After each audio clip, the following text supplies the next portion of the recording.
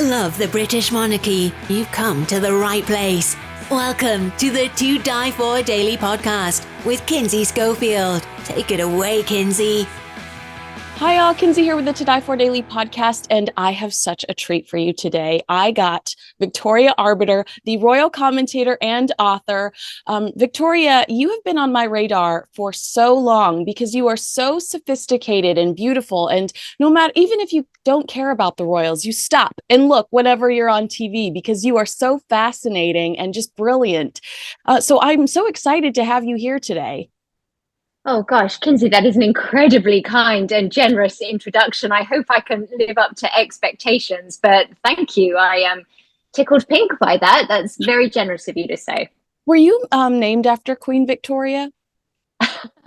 No, but it's odd that it's a family profession. No, I was actually born in Zimbabwe, and I was, well, I guess by extension, I was sort of named after Victoria Falls, which of course was named after Queen Victoria. So I guess you can go back and do it that way. I was christened with water from Victoria Falls. And then when I had my son, a friend happened to be going to Zimbabwe, and she scooped some water out of the Zambezi River, and we boiled it and popped it in the freezer. And it's there for his children one day. So that's the connection to Victoria. Oh, that's fantastic. Now, what's so exciting about you is that you are a true insider. I mean, not a lot of people can say that they shared an address with Princess Diana and Catherine, the Princess of Wales. You grew up in Kensington Palace as a young woman. Can you tell me what that experience was like? Sure. Well, it was the latter part of my teens that I was living at Kensington Palace. And it's funny, Kinsey, I'm sure you have the same. You know, when you're a kid, your parent just does what they do. I mean, you're really not terribly fussed about it. It's more important what's for dinner. So I didn't really appreciate it, I suppose, at the time. It just happened to be where we lived. Now, I do want to kind of add a little perspective. Yes, we were living within the grounds of Kensington Palace, but we were in the old stable block. So we didn't have gilt leaf ceilings and tapestries and sort of lots of grand things around. But it was a very special time to be there. As you mentioned, Diana, Princess of Wales, was living there at the time. William and Harry were quite young. Princess Margaret was there. So there was always someone coming and going. And I've likened it in the past to perhaps aging myself a little bit, but it was a little like the regal version of Melrose Place, because we were all occupying this one spot. But there were eye-opening moments too, where you recognized the full scale of where we were and the security implications as a result. So Kensington Palace occupies sort of the top part of the green, and then alongside, running parallel, is a road where all the embassies are and a lot of residences for foreign hoi polloi. And there was one day I was coming home and all of Kensington High Street had been blocked off and we couldn't get through, didn't know what was happening. And it turns out that someone had managed to drive a car. I don't know how they got past security, and they had parked outside the Israeli residence, and it was a car bomb. And the car exploded with such force, the engine flew over our house and landed in Kensington Gardens. And we were finally allowed home. And of course, we were just so worried, what about the cat? What's happened to the cat? And the front door had burst in and the glass had shattered in all of the windows. Thankfully, the cat was fine. But that was quite a stark reminder of it wasn't just home. It happened to be where some very important, very significant people lived, and the police had quite a job on their hands securing the area.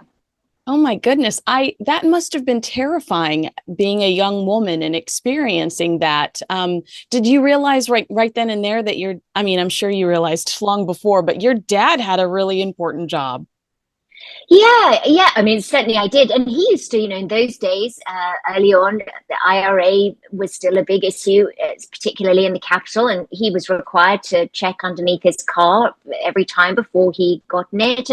But it was all just sort of part and parcel. And I think, Kinsey, it was interesting because from when I was very small, my dad, first of all, he was one of the very first court correspondents for LBC. A court correspondent hadn't really existed in quite the same capacity beforehand, but it was when Diana hit the scene that suddenly there was this rush on a need for royal information. And so they had these sort of more specialized roles. So from as young as I could remember, that's all he ever did. So when he was with LBC, I grew up with my dad on my own. I have a lovely relationship with my mum, but my parents separated when I was very small. And at weekends, he couldn't get a babysitter. So he would take me along to all of the events that he had to cover. And I was given a stern talking to beforehand: don't speak while I'm on air, but enjoy the spectacle. So I would stand on the roof of the news van at Trooping the Colour, and we had a spectacular view. And at Remembrance Sunday, we were on one of the balconies opposite the Foreign Commonwealth Office, where the Royals stand for the Remembrance Sunday commemorations. And so it was just always part of life. Dad might not be able to come to a sports day event because he just so happened to be at a film premiere with Diana, Princess of Wales, or whatever it was. But yeah, it's now I can look back and sort of really appreciate what a treat it was to have a front row seat to so many of these dazzling experiences. And to this day, I mean, nothing rocks my world more than a marching band. I mean, I love them. I absolutely love them. And I've been teased mercilessly, both by friends and other people in the royal sphere. But give me the Royal Marines marching along the Mall. Oh, I go nuts. I love it. Oh my gosh, I bet you're so fun at cocktail parties. It's just like people asking you a million questions like I'm doing now. I did want to focus on Catherine and Diana because I feel like particularly Catherine, she kind of gets lost in the shuffle because she's so not controversial. You did say you had written well, I'm saying that there have been a lot of grenades thrown at her over the last 3 years. But what you wrote about Catherine, which I thought was so interesting, was that she ignores these inflammatory reports. She refuses to respond to criticism on social media, and she rises above the noise, which is a great way of describing her. Where does she get the strength to do that? Because Diana handled negative attention very differently than Catherine does. I think ultimately it's the strength of a family unit, Kinsey. Diana had a very unhappy childhood. I think she adored both of her parents, but their divorce had a devastating impact, particularly on her and her brother, because they were the youngest ones left at home. And there's a lot to be said for that tight family unit. And I think she really is a credit to her mother in particular. And the reason I said I think her whole family is very close, and you can see they are, and they really lean on each other. It was interesting when James Middleton talked about his experiences with depression and how he said both of his sisters would go along to appointments with him. This is a very tight family. But I think there's a lot to be said for her mother giving her the example that yes, women go out to work, and this is a good thing because a mother can't get lost sort of in just being someone's mother. It is one of the greatest privileges on earth to be a mother, but you don't want to lose your identity. And so she was obviously able to set up a business that she could run from home, but at the same time, she was always at the school gates to pick up her children from school. So they knew that they could lean on her, depend on her. And so I think that's really a model that was established very early on for Kate, and that's what she's tried to implement in her own family, albeit quite difficult with the royal schedule being what it is. It's not a typical 9 to 5. But I think at the end of the day, Kate has the confidence that she does because she has the love and support of a family that is there for her no matter what. And I do think, regardless of where anyone sits with the Middletons, I know there's been a lot of scandal this week about party pieces having a financial loss being sold. But I do think it's a credit to the Middleton family as well that none of them have risen to the noise either. Not once have they pushed back when there have been so many accusations, many of them based in classism and sexism and jealousy and whatever else you want to throw at it. They've maintained a dignified silence. And I think there's a lot to be said for that.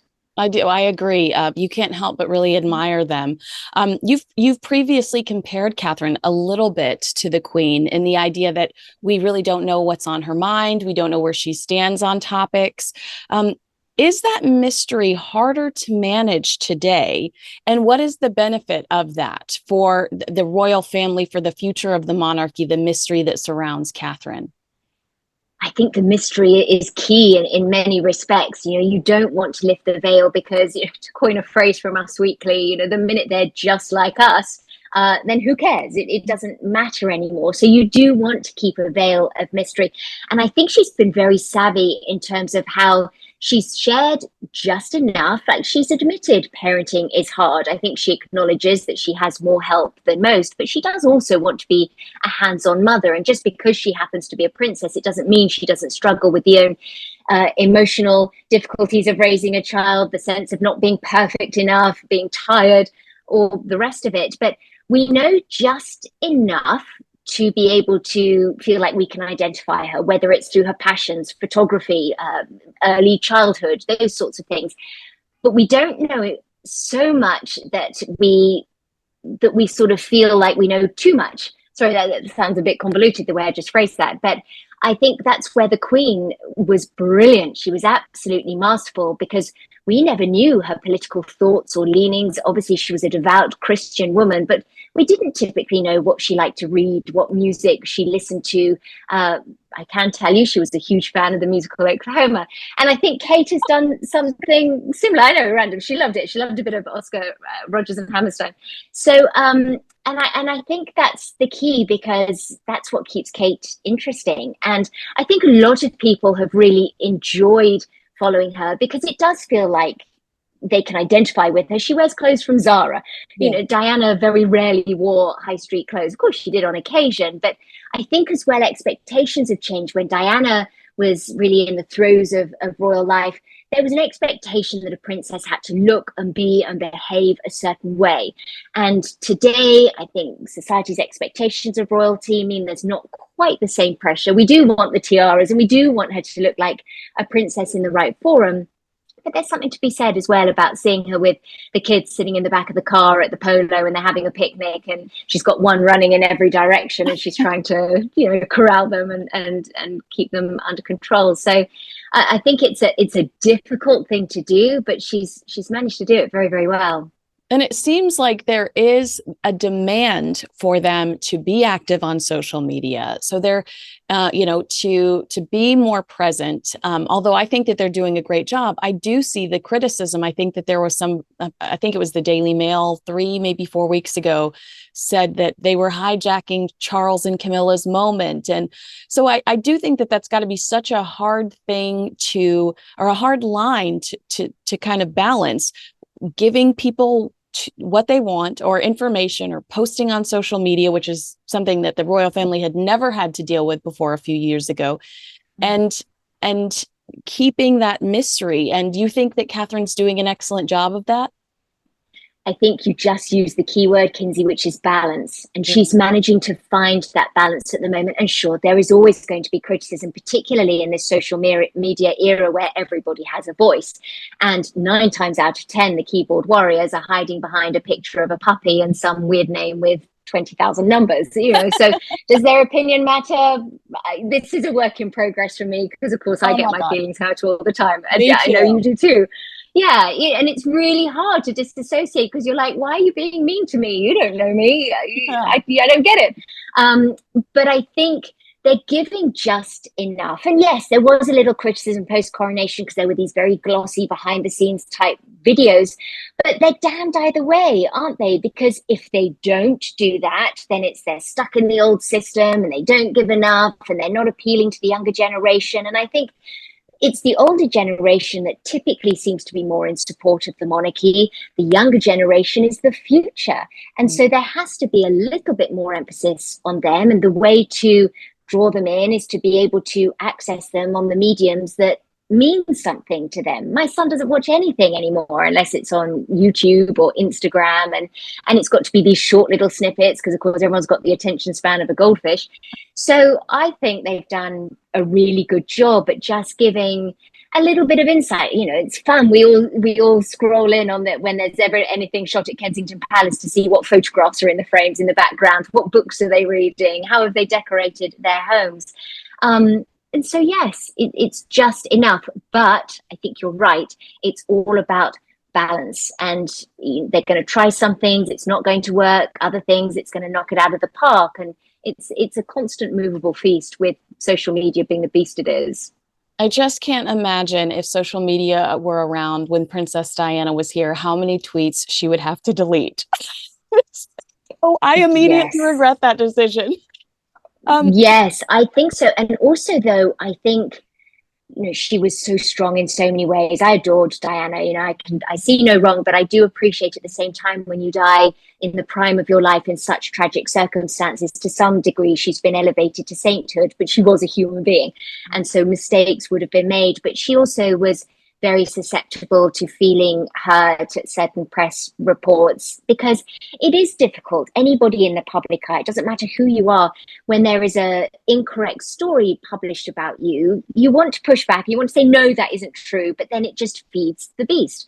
And I think Diana might have struggled with that. It really hurt her feelings. It was around the landmine crisis. I know you've got extensive knowledge on Diana, and she was in Angola and she was accused of being a loose cannon, and that would have hurt terribly, because she really was there trying to highlight a very serious issue, and she recognized that with her platform she could draw attention to it. So to then have someone back at home just referring to her as a loose cannon was hurtful. Imagine that magnified on social media. Oh my gosh, I can't. Well, I actually had that written down. Do you think, because you said saint, but I often say, we think of her as a martyr now. Do you think she would agree with that? Because I almost felt like she enjoyed that royal rebel reputation that she had towards the end. Sorry, Kinsey, cat incoming. Oh no, I love it. I love it. I just had my dog right here. And she's coming back. We'll say hi too. Here, this is Edie. I would love that. Oh my goodness, what a face! Gorgeous. Yes, they're wonderful.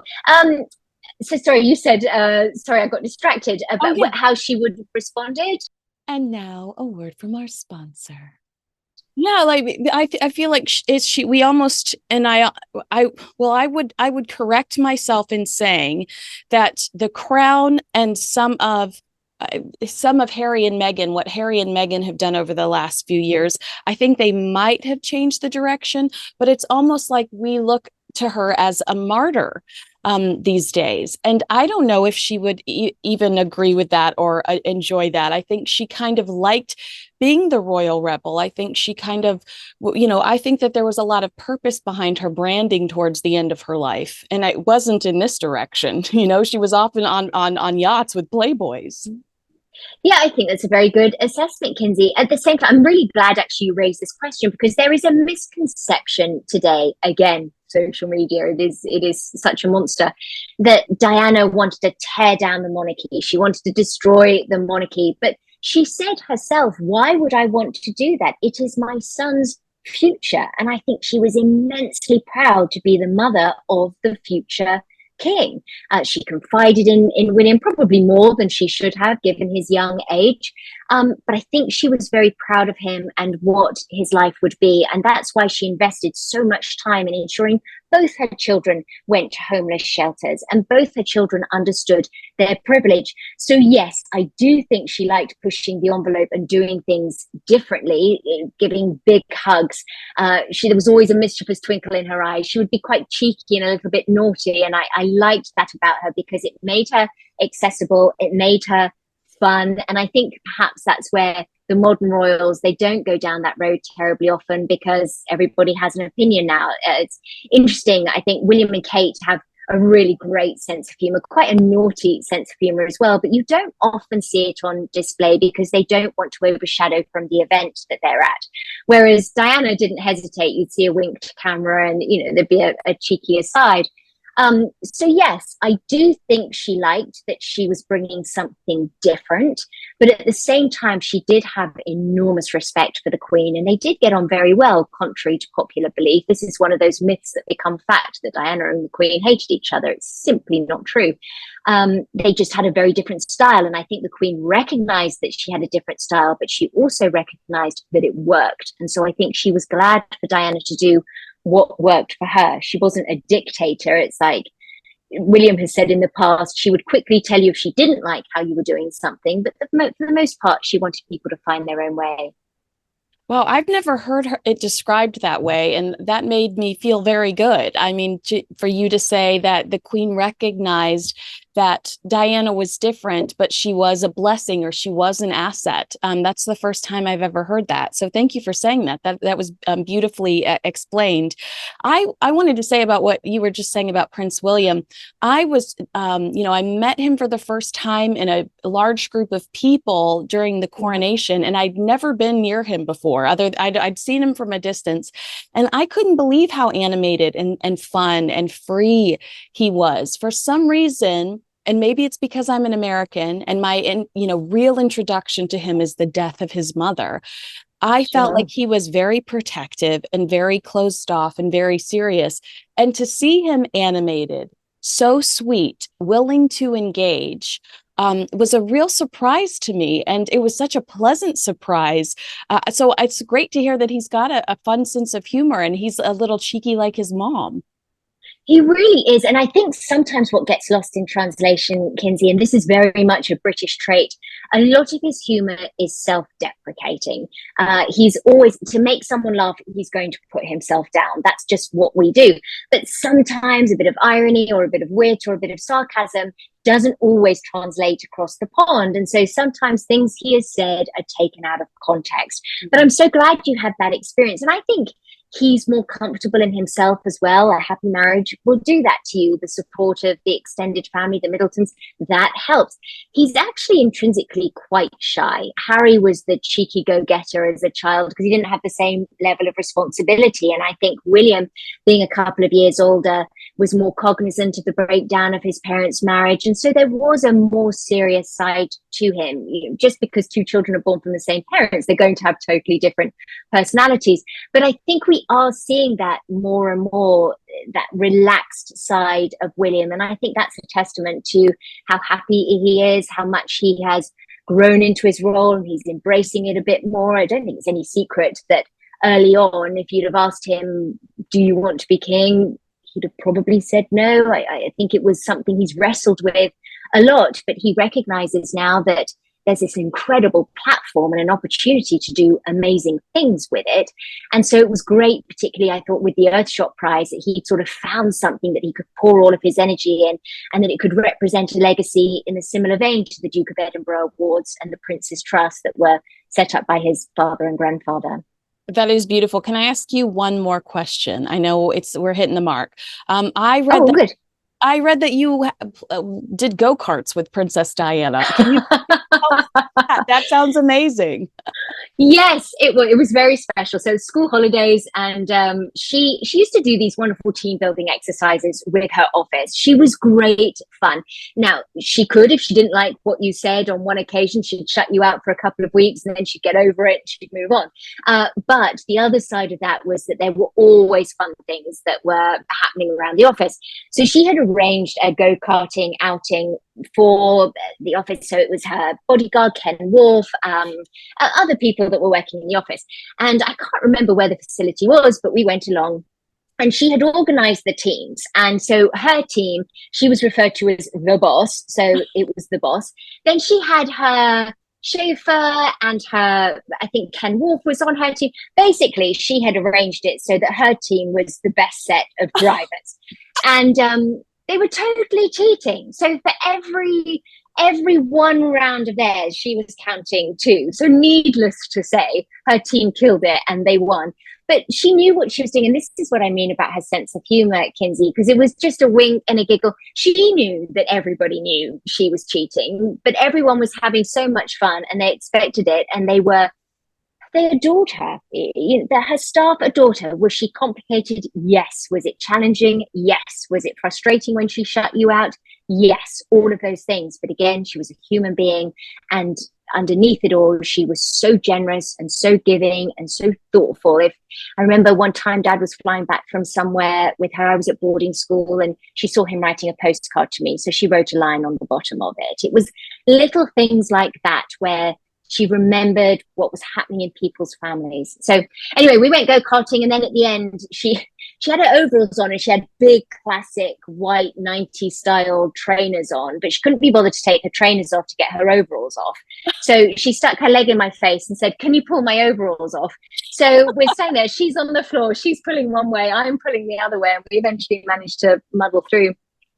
But a sad thing that happened as a result. A photographer had been hired to capture private photographs for the office, private photographs, and he sold them to the tabloids. And so a couple of days later, those pictures were all over the papers, and that's when she was bummed out, because it's like, you do something nice, it's private, but then somebody wants to cash in. And I think that would have been very difficult throughout her life, is, can I trust you, or are you trying to cash in? And it's a problem the royals still have today. And I do wonder if that's why she was so smitten with you, because you're sweet. There's that innocence, you know. She knows that children are just good, you know. So when I was reading that about the go-karting, I thought that must have been a unique relationship, because you were a young woman, and you know, she knew that there was nothing in it for you. You weren't going to go whisper to Fleet Street, you know. No, didn't care. And also, we bonded over ballet, Kinsey. I went to a full-time ballet school. She was the patron of our school. I sadly wasn't there when she paid a visit to the school. She was there a couple of years before I went, but she just loved the ballet. And a couple of the girls that I was at ballet school ended up joining the English National Ballet, and she was patron there, and she would go and visit, and she was really, really involved. And so it was nice to kind of have that common bond as well, something to talk about. She would always ask what's happening at school, and who are your favorite teachers, and what are you working on. And there was, when I left school, I was doing a show for Disney in Leicester Square, and it was a 15-minute show, 20-minute show to launch The Lion King. And so we wrote to her and said, do you want to bring the boys? Do you want to come? And she sent a letter back and said, oh, we've actually already seen a pirate copy of The Lion King, but thank you anyway. I know somebody. Exactly. So yeah, I think my lasting memories of her, really, more than anything, of course, strikingly beautiful, even more beautiful in the flesh. She had that aura that, you know, not everyone is born with. She could clear a room just walking in because everyone was dazzled. But her sense of humor, really cheeky, really fun, naughty, but kind. It was never at the expense of anybody else. And I'm so sorry to ask you this, but this just popped Please, into my head. When you watch The Crown, knowing her and having met her in real life, does it disappoint you at all that there's so much focus on the eating disorder, that there's so much focus on the heartbreak? Because you're explaining to me someone that lit up a room, someone that was inherently, you know, joyful. And that's not really what we're seeing over the last few years in this reemergence of Diana. Another brilliant question, Kinsey. Again, I'm so glad you referred to this, because I think Diana and Princess Margaret have been given the same treatment. You know, both of them are remembered for the tragedy in their life. And I guess that's because tragedy sells. There's the old newspaper adage, if it bleeds, it leads. And so it's not the good news. It's not the happy stuff that tends to make the front pages. And Diana and Princess Margaret, both very complex characters, because they were human beings. And we tend to elevate people to this pedestal where they become two-dimensional figures. But Diana was also a very well-rounded person. Yes, terrible things happened in her life. There was great sadness, but there was also immense joy. And she lived her life to the fullest. I think she genuinely wanted to use her platform to give back. It was never a self-aggrandizing exercise. It was, what can I do, and genuinely do it. And also, you know, it wasn't self-aggrandizing because so much of it was in private. She used to sneak out of Kensington Palace late at night, and she would go to the red light districts in London, and she'd wind down her window and give the girls some money, and she'd say, don't work tonight, go home. Go home. Oh my gosh. Nobody knew about that. She didn't want any praise for that or credit for that. It was just, she wanted to go and look out for people. She recognized her privilege. She recognized the platform, and that she had the ability to change someone else's life. And I think that's what made her so special. Oh, what a beautiful way to end the podcast. Victoria, I am so excited that I got to meet you and speak to you. And, I think it's been a while since there's been such happy memories of Diana shared. So I'm so grateful for you and for sharing these moments with me. Oh, well, thank you, Kinsey. And I'm so glad, it's it's important that we be remembered for the whole being, isn't it? And she was so much more than the drama and the angst and all of that. And I think The Crown did her a terrible disservice, actually, because it would have been wonderful to see that other side of her. Same with Princess Margaret. But hopefully there are enough people that know that it's a fictionalized account set against a historical backdrop. And I encourage people to sort of try and learn more about the other side. She was a wonderful human being, and I cherished my experiences with her, and I remember her for all the good stuff.